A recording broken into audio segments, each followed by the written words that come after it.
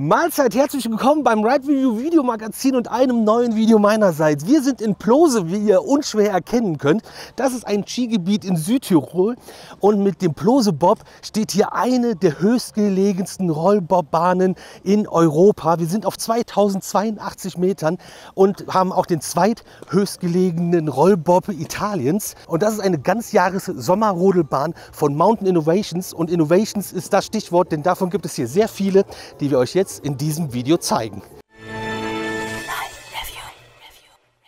Die erste absolute Besonderheit und große Innovation wird euch sofort auffallen, wenn ihr hier reinkommt, wenn ihr den Rollbob fahren wollt, den Plose Bob. Und zwar das hier. Das ist ein Revolvermagazin, um die Bobs vorzulagern. Ihr kennt das vielleicht von anderen Anlagen, wo es riesige Karussells gibt oder riesige lange Strecken. Hier ist das Ganze ultra platzsparend gelöst worden mit einem Revolvermagazin, wo die Bobs gelagert werden, fahren rein, das Ganze rotiert und fahren wieder raus, wenn man sie braucht oder auch nicht braucht. Spannend ist auch diese komplette Reibrad-Einheit, die die Bobs nach vorne befördert, vom Ausstieg zum Einstieg, wird abgesenkt, dann rotiert das Ganze und dann fährt das Ganze wieder hoch, so dass du jetzt nicht irgendwie hier unzählige Reibradmotoren verbauen musst, sondern eine Reihe hast, die dann rauf und runter fährt und die Bobs nach vorne transportiert. Sieht super spektakulär aus, super verrückt und habe ich so vorher auch noch nie gesehen. Ist eine sehr smarte Lösung und eine sehr spektakuläre Lösung. Das ist einfach auch optisch ein Highlight meiner Meinung nach und ist auch im Normalbetrieb komplett illuminiert und inszeniert, dass das Ganze auch noch mal ein bisschen verrückter aussieht. Das vollautomatische Revolver-Magazin von Mountain Innovations ist übrigens konzipiert für 24 Bobs, die darin gelagert und rotiert werden können. Hier in Plose gibt es eine Spezialanfertigung für 18 Bobs und das halt in dieser unterirdischen Station für den Rollbob, denn der Plose Bob ist halt auch sehr naturverbunden und wir befinden uns halt unter der Seilbahnstation, um das Ganze platzsparender und naturschonender hier zu installieren und deswegen gibt es ja auch den unterirdischen Start erstmal und die sehr bodennahe Fahrt, über die wir gleich noch sprechen werden.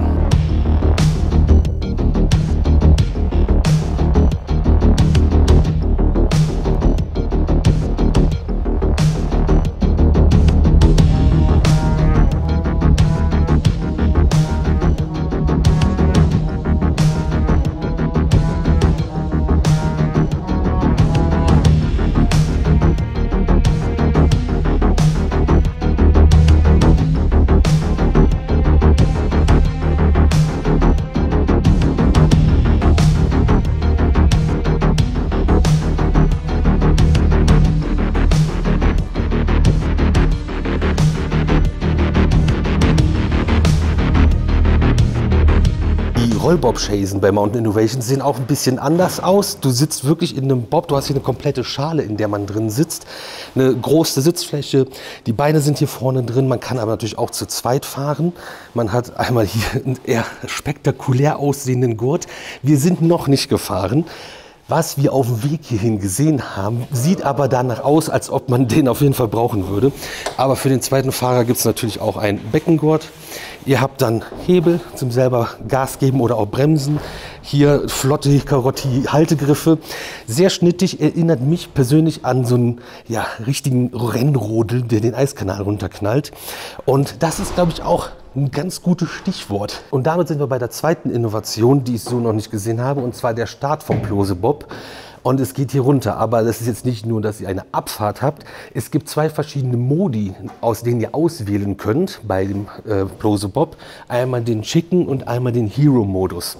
Und der schicken Modus ist für die ängstlichen Hühner und ihr rollt hier einfach runter. Und dann geht die Fahrt los. Und der Hero-Modus ist ein Lounge. Ihr werdet hier abgeschossen. Das Ganze ist ein LED-Tunnel und dann geht es hier mit einem Lounge los. Ihr werdet abgeschossen. Es gibt später auch noch mal einen Lifthill. Aber das ist ein sehr innovativer und spektakulärer Start für so eine Art von Ganzjahres-Sommerrodelbahn. Wenn ihr euch für den Hero-Modus entschieden habt und hier rausgeschossen werdet, geht es übrigens in 2 Sekunden auf 50 km/h. Es gibt sogar noch ein cooles On-Ride-Foto und dann geht es raus auf die 1110 Meter lange Strecke und ihr habt dabei auch 2 Abfahrten, denn euch erwartet der steilste Lift an einem Berg in Europa mit 43,6%. Bei den 1110 Metern sind übrigens 726 Meter Bergabstrecke und ihr überwindet einen Höhenunterschied von 147 Metern. Ich bin auf jeden Fall jetzt sehr gespannt auf unsere erste Fahrt. Danach reden wir mal weiter über die Bahn, vor allem wie wir das gefunden haben. Ich bin ein bisschen aufgeregt, muss ich sagen, weil was von außen schon zu sehen war, sieht ziemlich verrückt aus und das ist ziemlich verrückt. Los geht's mit dem On-Ride.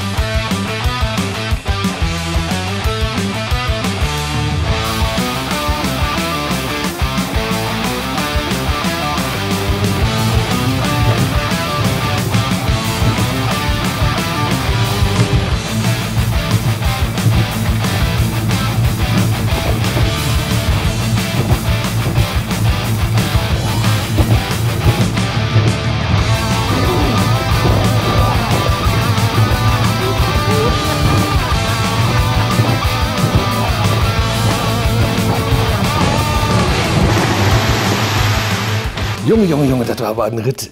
Der Rollbob ist ein bisschen anspruchsvoller, deswegen kann nicht unbedingt jeder mitfahren. Von 0 bis 3 Jahren geht es leider nicht. 4 bis 9 Jahre in Begleitung, aber auch erst ab 105 cm Körpergröße. Ab 10 Jahren und 130 cm Körpergröße dürft ihr aber auch alleine fahren beim Plosebob. So Leute, ich nehme euch jetzt mal mit auf die Fahrt. Die erste Fahrt war so wild. Ich fahre jetzt nicht komplett durch, das ist so krank. Jetzt ist der Launch. 2 Sekunden auf 50 km/h in dem Rollbob. Das ist echt einiges. Dann haben wir die Tunneldurchfahrt hier mit den Lichteffekten. Werden ein bisschen runtergebremst, kommen nach draußen und sind die ganze Zeit erst nur bodennah unterwegs. Und jetzt wird es richtig wild, jetzt geht es schon runter. Das ist super krass steil und boah, die Kurve hier, die macht mich jedes Mal fertig. Also ihr merkt, hier kannst du richtig pushen und es passiert richtig was. Oh nein, jetzt kommt noch mal so eine Kurve hier. Also du bist hier komplett am Gelände angepasst, nichts ist aufgeständert. Das kommt dann auch mal so ein Dip mit da rein und jetzt geht es da schon wieder steil runter. Also das ist wirklich extrem steil, geile Neigungen mit drin und wirklich komplett ins Gelände angepasst. Das war gerade so mit die höchste Stelle, wo es mal so ein bisschen aufgeständert ist. Jetzt wird es ein bisschen entspannter, denn wir sind quasi am tiefsten Punkt der Bahn angekommen. Und diese Gurtkonstruktion, absolut zu Recht hat man die hier. Man muss jetzt nicht die ganze Zeit Vollgas geben, wie ich das mache, dann fliegst du jetzt nicht so nach links und rechts. Oder wenn du ein bisschen mehr Körperspannung hast als meine Wenigkeit, ist das auch entspannter. Die Bremse, dann Reibräder, die uns zum Lift bringen, die kurz vorher einzeln eingeschaltet werden, bevor man drauf fährt. Also auch eine intelligente Steuerung der Anlage, was ich erstmal grundsätzlich gut finde, eine intelligente Steuerung. Und auch wieder energieeffizienter, energiesparender, wenn nicht alle Reibradmotoren gleichzeitig laufen, obwohl sie gar nicht gebraucht werden. Und dann geht es hier echt richtig flott nach oben. Wenn man das sieht, Wahnsinn. Und wie gesagt, sind wir auf, ja, mal mehr, mal weniger, auf 2082 Metern Höhe. Und man sieht es, wenn man jetzt hier lang fährt, jetzt auf der Kamera ist das sehr schwer zu sehen bei den Lichtverhältnissen. Du bist die ganze Zeit im Gelände, die ganze Zeit bodennah, was dann nochmal ein höheres Geschwindigkeitsgefühl vermittelt. Und das ist auch dann dieser Naturgedanke, der dahinter steckt. durch dieses so krass bodennahe kann oder ist ein entspannter Wildwechsel möglich. Also es sind ja hier Tiere im Wald, wie man an den Fußspuren vor allem jetzt gerade hier sieht. Und die kommen hier einfach drüber, weil das Ganze so flach ist und nicht hoch auf, also nicht so hoch. Wenn es hoch aufgestanden hat wäre, dann kann man natürlich unten drunter durch. Dann hast du halt wieder irgendwelche großen Gebilde in der Natur stehen. Und jetzt geht es hier einmal richtig steil hoch, weil wir da hinten rausgeschossen wurden und hier über die Skipiste drüber hinweg müssen, also ein bisschen Höhe auch brauchen und jetzt den Berg weiter hoch. Und der Clou beim Ganzen ist ja nicht nur die erste Abfahrt, die wir gerade gesehen haben, wo man entweder im Chicken-Modus rausrollt, was keiner will, oder abgeschossen wird.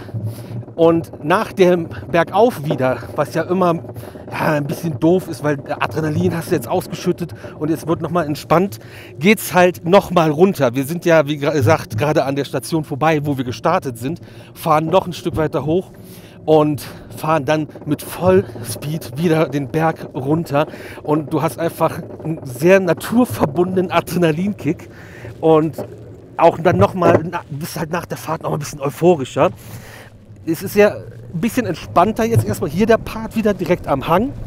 Das ist auch ganz gut, erstmal ein bisschen reingrooven. Aber jetzt wird es richtig nice. Man nimmt hier schon ein bisschen Schwung auf und jetzt droppen wir hier richtig geil runter. Und die Kurve hier ist auch der Knaller. Auch hier dieser S-Curve, das ist richtig gut. Das gibt ein zweites Foto und oh Gott, und die Schussbremse. Und da sind wir wieder. Das ist wirklich krass. Also der finale Drop ist auch echt ein schönes Finale für die Bahn meiner Meinung nach und macht auch nochmal richtig Bock mit dem LED-Tunnel, Soundeffekten. Es ist schon geil. Und also der erste Mountain Innovations Coaster, den ich jetzt gefahren bin, hat mich auf jeden Fall maximal überzeugt. Leute, also das war auf jeden Fall ein wilder Ritt oder mehrere wilde Ritte. Wir sind ein paar Mal jetzt gefahren und der Plose Bob hat mich auf jeden Fall maximal überzeugt. Ich war ziemlich gespannt, meine Erwartungshaltung war auch ziemlich hoch. Die Innovationen sind natürlich richtig cool und habe ich so alles noch nicht gesehen, sonst wären es auch keine Innovationen. Aber auch die engen Kurvenradien, wie steil das Ganze ist, wie es geneigt ist, das war wirklich sehr, sehr, sehr beeindruckend, habe ich so nicht erwartet. Und wenn du darauf zufährst und einfach Vollgas gibst und das nicht erwartest, Alter, da fliegst du erstmal durch die Gegend. Macht aber deswegen auch richtig, richtig Bock, ist richtig fröhlich und das Setting hier leider können wir euch die Dolomiten nicht zeigen, auf die man eigentlich gucken würde hier, weil das Wetter heute nicht so toll ist. Aber wie ihr seht, der Witz an einer Ganzjahresrodelbahn ist, man kann es das ganze Jahr über machen. Solltet ihr auf jeden Fall auschecken hier auf der Plose. Und nochmal wichtig zu betonen, man kann nicht rausfliegen. Ihr habt da so Radschilder quasi um die Schiene drumherum. Also ihr habt nicht nur ein Rad, auf dem ihr fahrt. Es gibt eins, was von unten den Bob hält und eins, was seitlich auch noch hält. Also ihr könnt Vollgas geben, außer jemand ist jetzt vor euch. Dann natürlich haltet ihr Sicherheitsabstand. Das war jetzt der erste Mountain Innovations Rollbob, den wir gefahren sind. Es gibt noch weitere. Und 2 weitere werden wir euch in dieser dreiteiligen kleinen Serie hier zeigen. Die werden wir unter anderem morgen und übermorgen besuchen und ihr werdet das in weiteren Videos sehen. Mountain Innovations grundsätzlich hat seine Wurzel übrigens in Österreich. Bisher ist es uns verwehrt geblieben, Mountain Innovations Rollbobs zu fahren. Aber jetzt habe ich noch mehr Bock darauf, weil das wirklich sehr, sehr spannend ist. Jetzt haben wir ja auch gesagt, dass wir eine der höchstgelegensten Rollbobbahnen in Europa hier haben und die zweithöchstgelegenste in Italien. Und das ist nicht zu unterschätzen. Und was man sich dabei gedacht hat, was es vielleicht für Probleme dabei gab oder was für Hindernisse man überwinden musste, das klären wir jetzt auch noch in einem kleinen Interview mit dem Geschäftsführer von Plose. Ja, hallo, ich bin Alessandro Mazzola, ich bin der Geschäftsführer der Plose Seilbahnen und wir betreiben seit 1,5 Jahren den Plose Bob und sind sehr glücklich mit unserem Angebot. Sehr schön. Der Plose Bob ist eine der höchstgelegenen Rollbobbahnen Europas. Welche Herausforderungen gab es bei dem Bau auf einer Höhe von 2000 Metern? Also die Herausforderungen auf 2000 Metern sind einfach die kurze Bauzeit, die man zur Verfügung hat. Denn man hat eigentlich bis Juni noch Schnee und kann dann ab Oktober auch schon wieder Schnee haben. Also muss man in kürzester Zeit sehr viele Arbeiten im Freien machen.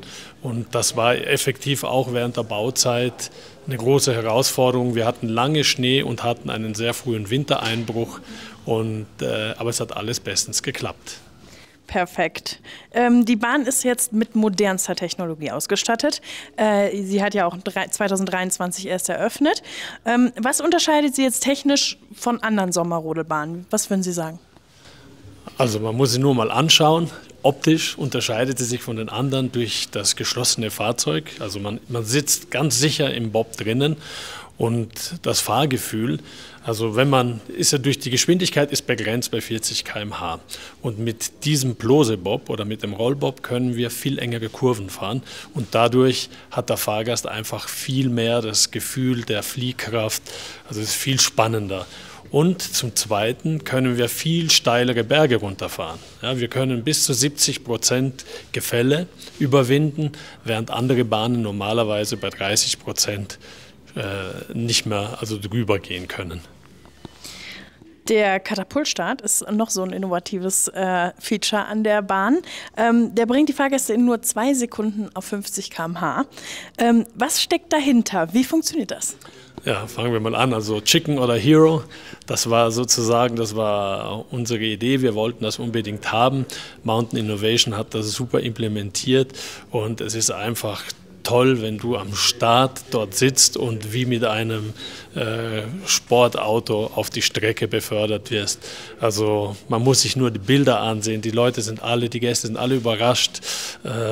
Es ist einfach überwältigend, das ist toll. Das Revolverpark-Magazin ist noch so eine innovative Lösung. Wie funktioniert das System? Also wir haben praktisch einen Revolver, auf dem wir auf einem Colt, einem Revolver, 18 Bobs garagieren können und wir können da sozusagen innerhalb von 6 Metern Länge, können wir diese 18 Bob in einem großen Kreiszirkel parken. Statt dass diese hintereinander geparkt sind, aneinandergereiht und man spart sich da in etwa 40 Meter lange Parkstrecke und der Revolver nimmt die Bobs auf. Er dreht, macht eine halbe Runde und die anderen Bobs kommen zum Vorschein und so dreht das Ganze laufend. Alle 2 Bobs werden geparkt und es kommen andere zum Vorschein. Es ist einfach für die Gäste auch wieder ein Hingucker. Da ist sehr viel Technologie dahinter, ja. Eine zweigeteilte Strecke mit einer steilen Bergauffahrt. Wie kam es zu der Idee und wie finden das die Fahrgäste?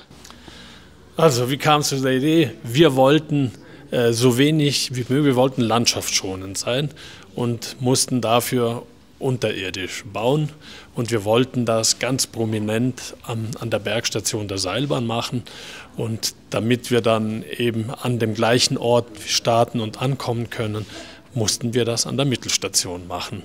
Und es ist eigentlich sehr spannend, denn die Gäste fahren runter und werden dann hochbefördert durch den Bergförderer und haben dann nochmal die letzten 250 Meter bis zum Ziel und haben einfach so noch sehr viel Adrenalin im Körper.